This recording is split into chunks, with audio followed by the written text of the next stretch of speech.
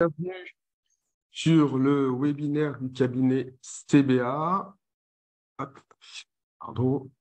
Donc, aujourd'hui, comme thème, fiscalité, la cession d'entreprise via une holding. Alors, c'est un élément important puisque c'est souvent le montage basique qu'on nous demande quelquefois plusieurs fois par mois lorsqu'on vient nous voir dans un process de cession d'entreprise. Et à chaque fois, on explique au client pourquoi vous venez si tard.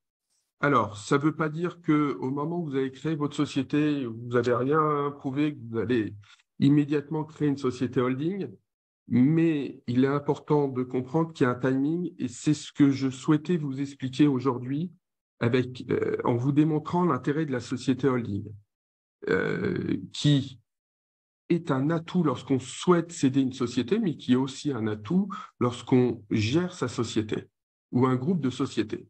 Alors, basiquement, on va se trouver dans deux situations différentes lorsqu'on vend une société.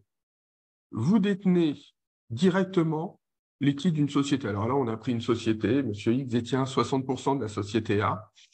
Vous pourriez en détenir 20% ou 100%, que ça ne changerait pas le process d'imposition. Donc, lorsque vous détenez en direct des titres d'une société, vous avez de base une imposition à ce qu'on appelle la flat tax de 30%. 30%, ça veut dire qu'on a 12,8% d'impôt sur le revenu et 17,2% de contribution sociale. Attention, on pourrait avoir un autre mécanisme d'imposition à l'impôt sur le revenu dans certains cas, avec des abattements en fonction de la durée de détention ou des abattements parce qu'on a des départs à la retraite. Alors, moi, j'ai l'habitude de dire à mes clients, ces abattements, pour pouvoir en bénéficier de manière intéressante, il faut quand même être dans des cas très particuliers. Et avant de créer une holding, on simule ces cas-là pour voir si c'est intéressant. C'est rarement intéressant et plus le prix de cession est important, plus on va se trouver directement sur une imposition à 30%. Mais attention, à côté de l'imposition à 30%, on peut avoir aussi la contribution sur les hauts revenus qui monte jusqu'à 4%, donc ça fait une imposition de 34%. Alors vous me direz, c'est déjà mieux que ce qu'on voyait il y a quelques années, sous la présidence Hollande, puisqu'on avait des taux d'imposition qui dépendaient de la tranche marginale à l'impôt sur le revenu, mais on peut faire mieux. Et on fait mieux depuis pas mal de temps par le biais d'une société holding. Alors, on va expliquer tout simplement qu'est-ce qui se passe, c'est que Monsieur X va détenir 100% de sa holding, à moins qu'il décide de créer une holding avec ses autres associés, et cette holding va détenir pas 6%, mais 60% de la société A. Et dans ce cas-là, l'imposition se fait sur la quote-part de frais et charges. Alors, pourquoi on appelle ça la quote-part de frais et charges? Parce qu'on considère que vous détenez les titres au regard du régime Murphy de société et donc que vous allez être imposé selon un régime préférentiel qui se calcule en multipliant 12% fois le taux d'IS, soit 25, ce qui nous donne du 3%. Alors attention, on a des conditions à respecter. Une seule condition, c'est qu'il faut détenir depuis au moins 2 ans, au moins 5% du capital de la société. Alors c'est très important parce que si vous ne remplissez pas cette condition, l'imposition de 3%, elle bondit au taux d'IS normal à 25. Et là, c'est plus du tout la même chose. Donc, les holdings, oui. Les holdings, quand on sait qu'on va vendre dans un certain délai, et c'est pour ça que ce que je vous disais tout à l'heure, il ne faut pas attendre trop longtemps. Maintenant, qu'est-ce qui se passe? Vous me direz, oui, mais dans un cas, j'ai l'argent dans ma poche, dans un autre cas, j'ai l'argent dans une société. Oui, pour sortir l'argent de cette société, vous avez payé 30%. Mais le sujet qu'on voit très fréquemment, et on va dire 9 fois sur 10, c'est qu'au regard des prix de cession, nos clients nous disent, mais en réalité, je n'ai pas besoin de la totalité du prix de cession pour vivre. Je peux avoir besoin d'une partie pour rembourser une dette une dette de ma résidence principale pour acquérir une résidence secondaire. Voilà, mais je n'ai pas besoin de tout cet argent. Et plus le montant de la cession est élevé, plus on va se trouver dans cette problématique-là. Et donc, on voit, et pour le coup, c'est plutôt les clients qui poussent à ce raisonnement-là, nous disent non, non, mais moi, je veux absolument avoir le minimum d'imposition, puis je vais décider comment je vais être imposé. J'ai besoin d'argent, je vais faire une distribution de dividendes. Alors, il est vrai que si vous calculez bien et vous prenez des sommes régulièrement en dividendes, vous n'aurez même pas la contribution sur les hauts revenus. Donc, c'est important de comprendre qu'on est dans un process très différent. Dans un cas, vous allez tout prendre. Alors, si vous vendez votre société 500 000 euros, je dirais soit ça peut être normal de tout prendre. Si maintenant vous vendez 3, 5, 10 millions d'euros, et même la question se pose souvent à partir d'1 million d'euros, mes clients en pratique veulent toujours passer par une holding. Et donc, qui dit holding dit distribution de dividendes. La holding, elle va devenir un peu leur tirelire, leur portefeuille. Ils vont décider d'investir au sein de la holding, de transmettre aux enfants les titres de la holding qui est au départ une société d'exploitation, bien souvent deviendra à terme une société à prépondérance immobilière, parce que dans le choix des placements, on peut faire des placements mobiliers, notamment avec des placements dans des startups ou auprès de banques d'affaires ou de valeurs mobilières cotées. Mais à côté, on peut aussi aller chercher et lever de la dette et aller sur une activité immobilière. Souvent, on le fait par le biais de création de holding qui appartient de sociétés civiles immobilières, pardon, qui appartiennent à la holding principalement.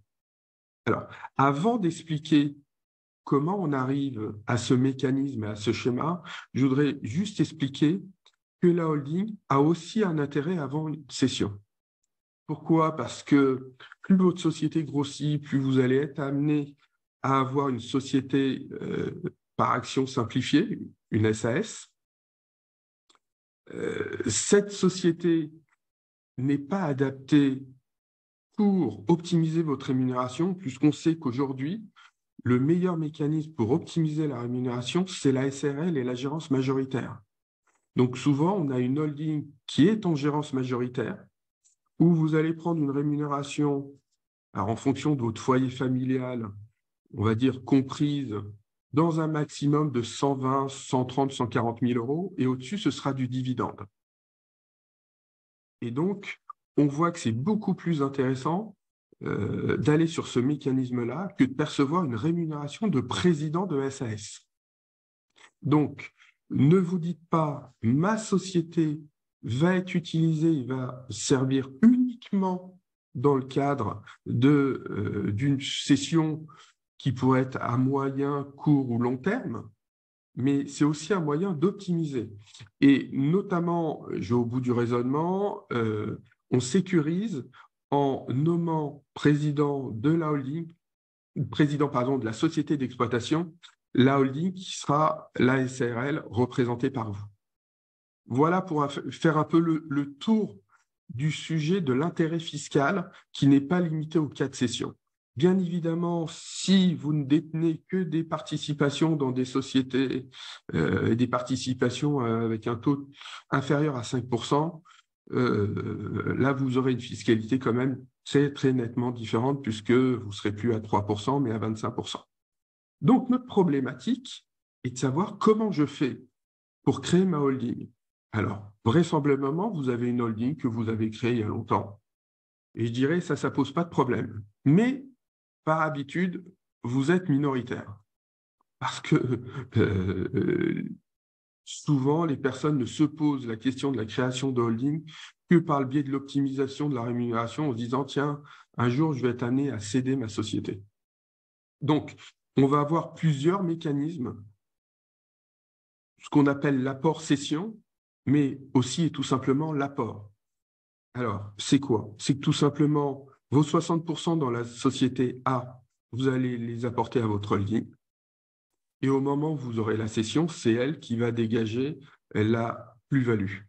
Alors, ce qui est important, c'est que si vous êtes sous le délai de détention de 2 ans, on va calculer la plus-value au regard de la valeur d'apport. Et donc, vous allez par exemple amener vos titres pour 1 million d'euros et vous les revendez pour 1 million d'euros, la société aura une plus-value zéro. Mais vous allez voir qu'on va avoir des incidences un peu différentes. Donc, on se positionne dans le fait où vous vous dites, je vais créer une holding. 2 options vont se poser à vous. Soit vous allez être dans le mécanisme du sursis d'imposition, c'est-à-dire que vous contrôlez la société, la société holding, et donc dans ce cadre-là, on parle d'opération intercalaire, et donc vous allez devoir déclarer un report d'imposition et le calculer au titre de la déclaration d'impôt sur le revenu de l'année de création de votre société holding. Ce n'est pas très compliqué, ça n'a pas d'incidence financière parce que la création d'une holding par rapport de titre est fiscalement neutre en France. Ce n'est pas le cas de tous les pays, mais en France, en tout état de cause, qu'on soit résident ou non résident fiscal français, lorsqu'on apporte des titres à une société française, le régime français dit qu'il n'y a pas d'imposition. On a un mécanisme de report. On va voir l'incidence qui va exister. Si maintenant, vous n'êtes pas majoritaire dans la nouvelle structure, vous allez être en sursis d'imposition.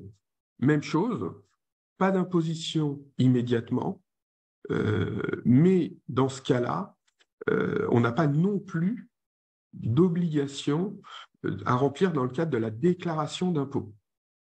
Si vous voulez, ce qu'il faut faire très attention lorsqu'on crée une holding, c'est la rédaction du juridique. Alors nous, on intervient souvent sur ce sujet-là en mode pompier, qu'on a typiquement 3-4 dossiers qui arrivent par an où on nous explique « mais j'ai fait faire ça, puis je ne comprends pas ce qu'on m'a fait, est-ce que j'étais au bout du raisonnement ?» Et on explique « mais vous n'avez pas opté véritablement. » Et opter véritablement, c'est pouvoir le prouver à l'administration fiscale.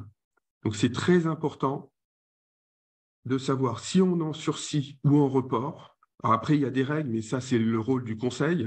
Vous pouvez tout à fait être minoritaire, mais il se trouve que si l'autre personne qui est associée avec vous est votre épouse, et que cette personne, par définition, est dans votre foyer fiscal, vous serez en report d'imposition puisqu'on additionnera les parts détenues par votre épouse et vous, ou votre époux et vous.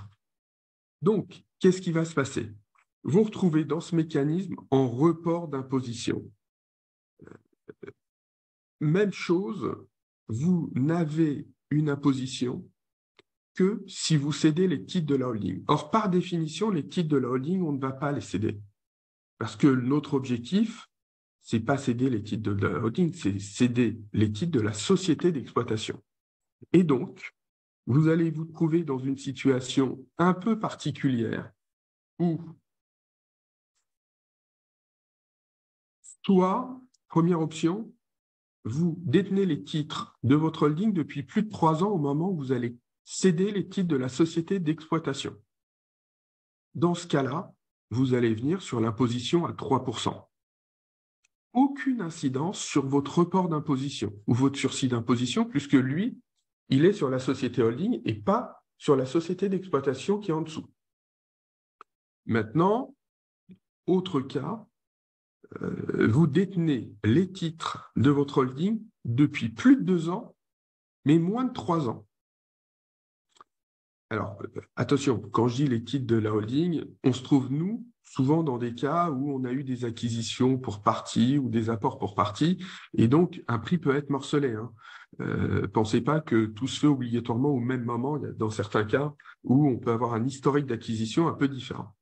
Donc, sur les titres acquis entre la 2e et la 3e année de détention, qu'est-ce qui va se passer? Lorsque vous allez céder vos titres, vous serez en régime Murphy en imposition à 3%, puisque la société détient les titres depuis plus de 2 ans. La société holding détient les titres depuis plus de 2 ans. Maintenant, comme lors de la création d'une société holding, vous prenez un engagement de conservation de 3 ans, vous allez casser ce qu'on appelle le report d'imposition. Et donc, vous allez vous trouver dans une situation où vous allez devoir faire un réinvestissement économique. Le réinvestissement économique, il doit concerner au moins 60% du prix de cession. Alors, vous allez avoir 2 ans à partir de la cession pour réinvestir dans une activité commerciale détaillée, soit auprès d'une société de l'espace de l'Union européenne, soit dans des actions ou fonds de capital investissement. Dans ce cas-là, il faudra détenir les titres 5 ans. Mais généralement, dans tous les autres cas, on a une obligation de réinvestissement d'une durée minimale d'1 année. Donc, ce n'est pas très compliqué. Alors, on voit quoi en pratique? En pratique, moi, je vois mes clients souvent réinvestir dans des sociétés de marchands de biens ou dans des sociétés d'exploitation. Ce qu'il faut faire bien attention à la réalité de la société, à la réalité du réinvestissement et du projet économique. Il ne suffit pas de créer une société en mettant 200 000 euros, 500 000 euros, et puis sans salariés, sans moyens, sans chiffre d'affaires, et puis on la referme au bout d'1 an et demi. Non. Donc là, on est dans la situation où vous êtes entre la 2e et 3e année après l'apport des titres. Donc, on est un peu tangent.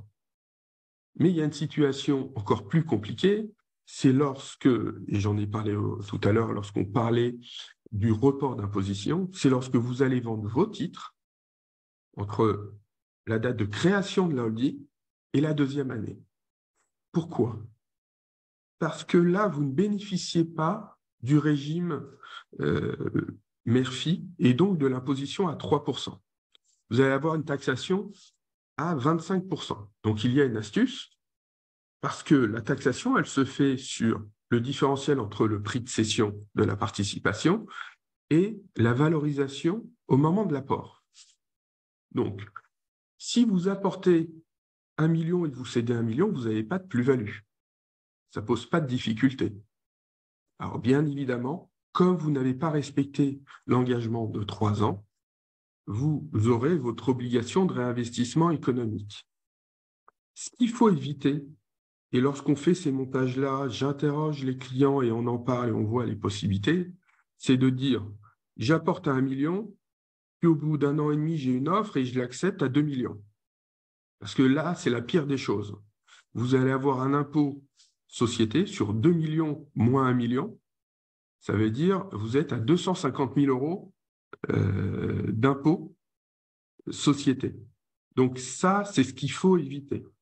Donc, lorsqu'on fait un apport pour créer une société holding, et donc par rapport de titres, puisque dans cette opération, qu'est-ce qui va se passer? Vous avez des titres de la société A et en contrepartie, on va vous donner des titres de la société holding B. Au moment où vous créez cette société, il faut soit se dire « je vais vendre rapidement, donc j'apporte les titres à la valeur de cession », soit je ne vends pas rapidement et j'attends au moins le délai de 2 ans. Et typiquement, alors j'ai beau le répéter à mes clients, mais j'ai un dossier par an où on vient me dire « ah, on a trouvé un acquéreur ».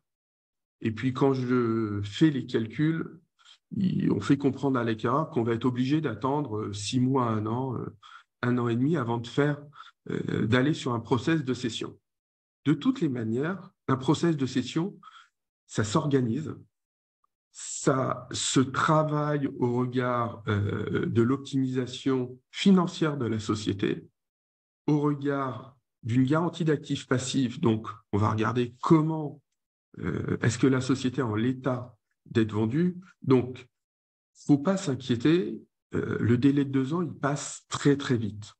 Un process normal de cession, c'est normalement 9 mois. Entre le moment où vous allez décider de mettre en vente votre société, trouver un acquéreur, il trouve son financement et vous vendez la société. Donc, 9 mois par rapport à 24 mois, on doit pouvoir y arriver.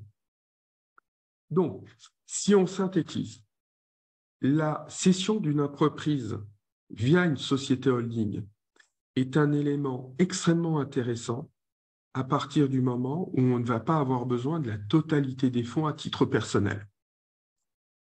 On va optimiser un différentiel d'imposition qui peut être au maximum de 34% versus 3%. Donc, on a 31% d'écart. Et c'est souvent le raisonnement que me donnent mes clients. Ils me disent, mais Jean-David, je vais avoir besoin de cet argent, mais j'en ai besoin sur 2, 3, 4 ou 5 ans.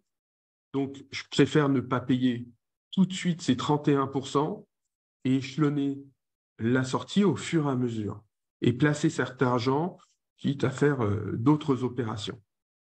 Maintenant, lorsqu'on fait une holding, soit vous l'avez créé tout simplement au début de la création de la société ou par rapport il y a très longtemps et donc vous n'êtes plus dans cette problématique, soit vous allez devoir créer votre société par un apport de titres. Surtout, ne le créez pas par voie de cession, vous allez vous endetter et vous payer à vous-même. Aujourd'hui, vu les taux d'intérêt, ces opérations ont beaucoup moins d'intérêt fiscal.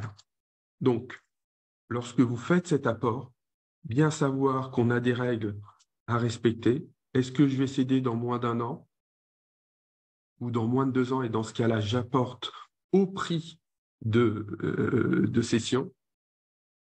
Je dois conserver au moins 2 ans si je ne connais pas le prix et idéalement au moins 3 ans si je ne veux pas avoir une condition de réinvestissement.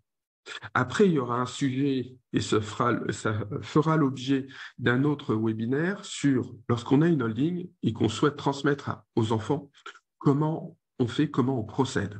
Parce que c'est aussi un sujet important et on le voit, nous, dès qu'on a des sessions importantes, quel que soit l'âge de nos clients, même souvent moins de 40 ans, on commence un process d'optimisation de transmission vers les enfants, tout en faisant toujours attention, lorsqu'on transmet, on s'appauvrit. Donc, on organise pour ne pas s'appauvrir définitivement et on utilise souvent la nue propriété. Voilà ce que je voulais vous dire. Je vous remercie de m'avoir écouté pour ce webinaire et puis je vous donne rendez-vous pour un prochain webinaire du cabinet Seba.